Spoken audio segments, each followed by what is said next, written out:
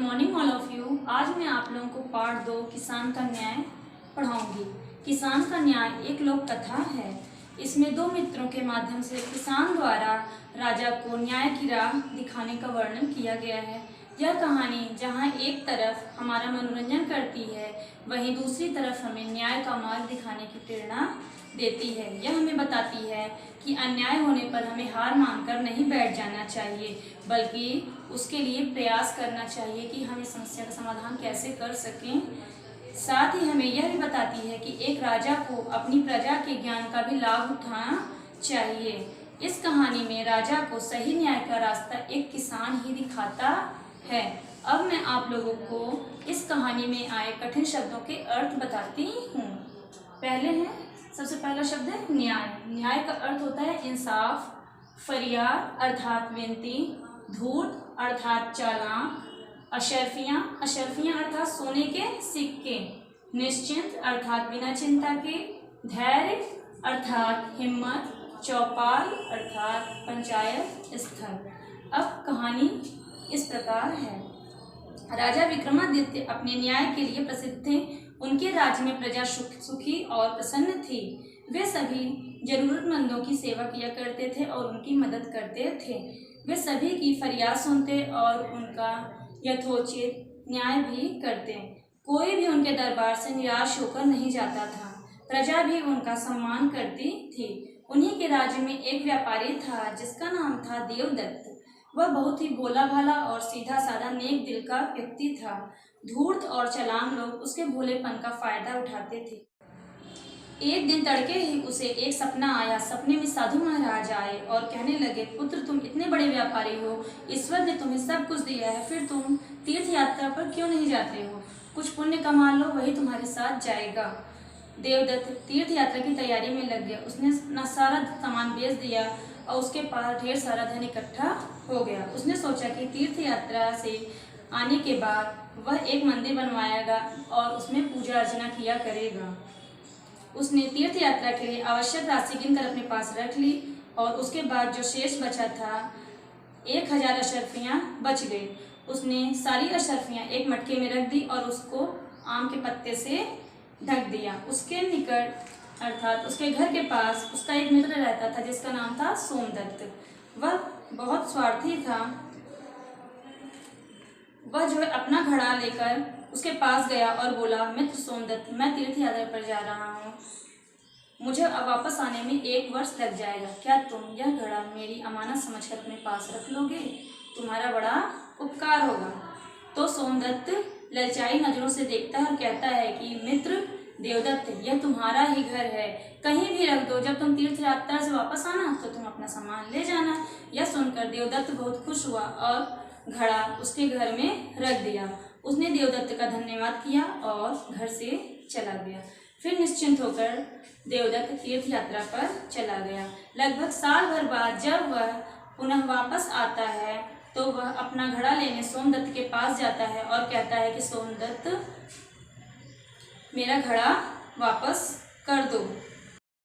सोमदत्त ने देवदत्त को देखते ही गले से लगा लिया और कहा, साल भर बाद अपने मित्र से मिलकर बहुत खुशी हुई, तुम अपनी अमानत ले जा सकते हो। देवदत्त अपना घड़ा उठाकर अपने घर आ जाता है। घर आकर जब वह देखता है तो उसके पैरों तले जमीन खिसक जाती है। उसमें से एक भी असरफी नहीं रहती है। उसमें असरफी न देखकर वह माथा पकड़कर बैठ जाता है और दुखी हो जाता है और अपने भाग्य को कोसने लगता है कि अब मैं क्या करूँगा। दूसरे दिन वह सुबह सुबह सोमदत्त के पास जाता है और कहता है कि मित्र, जब मैंने तुमको घड़ा दिया था तब उसमें 1000 अशर्फियाँ थी, लेकिन अब उसमें एक भी अशर्फी नहीं है। इतना सुनते ही सोमदत्त आग बबूला हो जाता है, अर्थात अत्यंत क्रोधित हो जाता है। कहता है, भलाई का तो जमाना ही नहीं है। एक तो मैंने साल भर तुम्हारा घड़ा अपने पास रखा और उस पर से तुम मुझ पर चोरी का इल्जाम लगा रहे हो। चलो भागो यहाँ से। इतना कहकर सोमदत्त ने देवदत्त को घर से भगा दिया। देवदत्त निराश होकर घर लौट आया। करता भी क्या, उसे मंदिर बनवाना था, अन्य काम भी करने थे। वह नगर के कोतवाल के पास गया, लेकिन साक्ष्य की कमी होने के कारण सब बहाना बनाकर निर्णय नहीं सुना सके। फिर भी देवदत्त ने अपना धैर्य नहीं खोया। दूसरे दिन वह न्याय की आस लेकर राजा विक्रमादित्य के पास जाता है और न्याय की गुहार लगाता है। दूसरे दिन राजा दरबार में देवदत्त और सोमदत्त दोनों को बुलाते हैं और दोनों अपना अपना पक्ष रखते हैं। राजा के लिए न्याय करना बहुत कठिन हो जाता है। उसे समझ नहीं आ रहा था कि आखिर सच कौन बोल रहा है, देवदत्त बोल रहा है सच या सोमदत्त सच बोल रहा है। उसने दरबारियों की राय ली, किंतु कोई बात नहीं बनी। फिर राजा ने दोनों को अगले दिन आने को कहा कि आप लोग दूसरे दिन आइए। सारे नगर में देवदत्त सोमदत्त की असरफियों की चर्चा फैल गई। राजा विक्रमादित्य रात में वेश बदलकर अपने नगर में निकले। वे एक चौपाल पर पहुंचे जहां पर किसान लोग चर्चा कर रहे थे। वे उनकी बात ध्यान से सुनने लगे। एक किसान कह रहा था, सचमुच राजा के पास कोई साक्ष्य नहीं है, फिर आखिर वह न्याय कैसे करेंगे। दूसरा किसान बोलता है, इसमें कौन सी बड़ी बात है, मैं तो सूंघ करके बता सकता हूँ कि आम के पत्ते कितने वर्ष या कितने महीने पुराने हैं। अगर नए पत्ते होंगे तो वह तुरंत पता चल जाएगा कि सोमदत्त ने हेरा फेरी की है।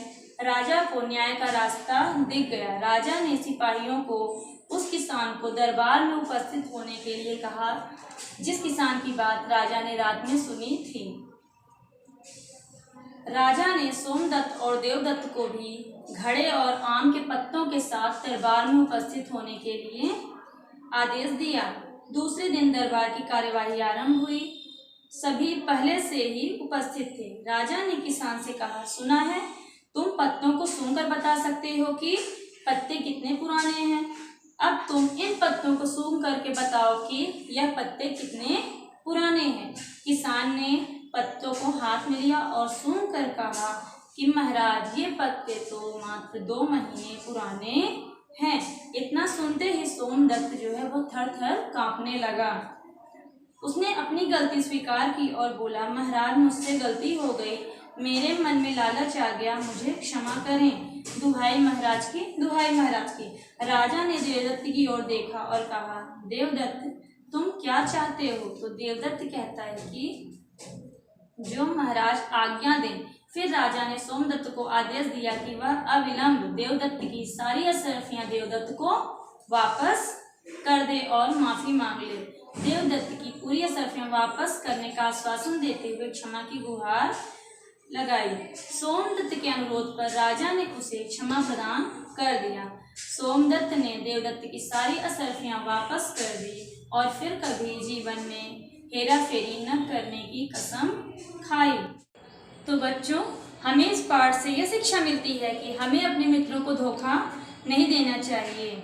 और इस पाठ से हमें यह भी शिक्षा मिलती है कि राजा के एक गुण का यह भी पता चलता है कि राजा को अपने प्रजा के विचारों का भी लाभ उठाना चाहिए, उनका सम्मान करना चाहिए। और इसी गुण के कारण राजा विक्रमादित्य ने देवदत्त के साथ उचित न्याय किया।